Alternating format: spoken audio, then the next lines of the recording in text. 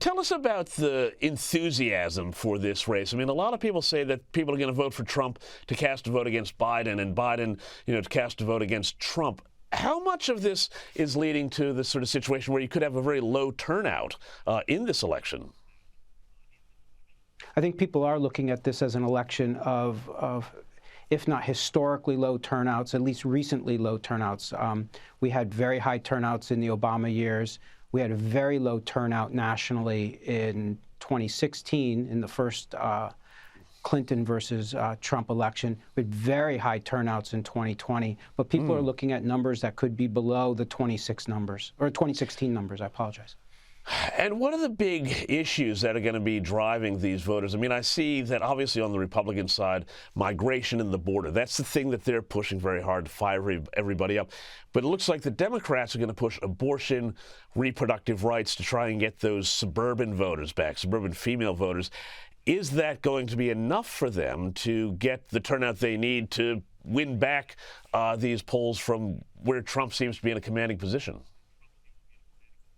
I think everywhere we've seen that issue about reproductive rights, basically women's health issues, more generally, it's been a winner for the Democrats, whether that was Michigan a couple of years ago, Ohio more recently. And I think it will be something that will get women to the polls, Democratic women to the polls, in good numbers, the type of numbers that obviously the president needs in 6 or 7 states.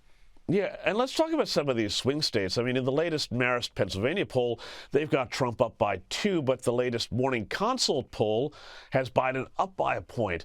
How are we sorting out between the signal and the noise in all of these polls? And just to throw something else into the mix, states like Pennsylvania, Ohio, how much would a VP pick like J.D. Vance for Donald Trump help advance his cause? Well, let's start with the latter question about places like Ohio. I think the Democrats aren't focusing on Ohio other than to get out as many Democrats as they can, because there's a very important Senate race in Ohio where the incumbent Sherrod Brown, who is up for re-election, somebody who's a close ally of the president, somebody who's very important for the Democrats to maintain their majority in the U.S. Senate. But in terms of watching the polls on a daily basis, I think you can get yourself into a little bit of a dizzy state by just actually looking at the number of polls that are being done on a daily basis in each of the states. But it's important to do nonetheless, because as you mentioned earlier, this issue of enthusiasm is important, and we do see that track in the polls. But there are so many polls going on all the time, it's sometimes hard to keep track of who's up by 1 point or who's down by a half a point. Yeah, and that almost doesn't matter at this sort of stage, does it? But also, let's talk about states like Virginia. I mean, that should be solidly Democratic, I think, but some people have that as a bit of a toss-up at the moment. What's your read on Virginia right now? I think the sense in Virginia, you obviously have a Senate race. Tim Kaine, who is Hillary Clinton's running mate, is up for re-election in the Senate. There's a couple of very important congressional seats, House seats, that are up that the Democrats need to win or protect in the fall. And I think you'll see a lot of money being spent by the Democrats here in Northern Virginia, the Washington, D.C. area, as well as a little further south down in what is the Virginia Beach area here, a largely urban African-American area. But I think the Democrats, keep an eye on Virginia. But I think on election night, Virginia would be one that people will be surprised if it's not called early for the Democrats. Yeah, no, look, I think that's probably right. But just you mentioned the African-American vote. We hear a lot about that starting to shift to Trump, in some considerable numbers, according to some polls.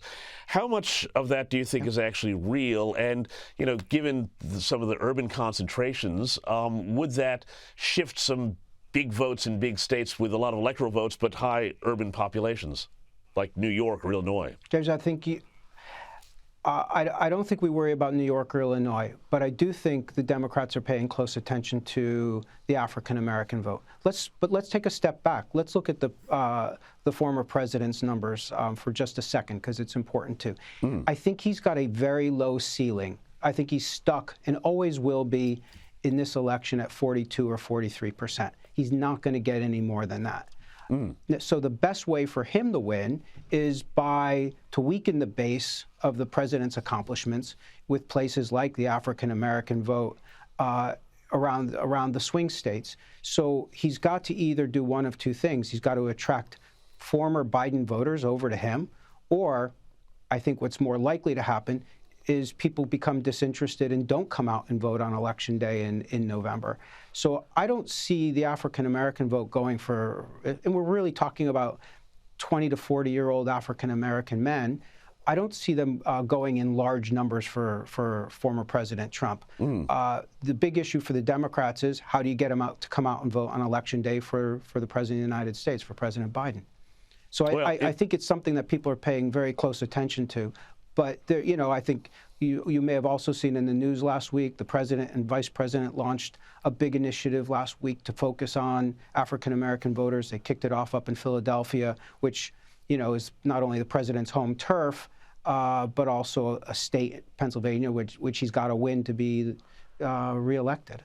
Absolutely fascinating. Larry Grossman, CT Group, thank you so much for taking the time to join us on the U.S. Report. Thank you for having me. Really appreciate it. Thanks, Larry.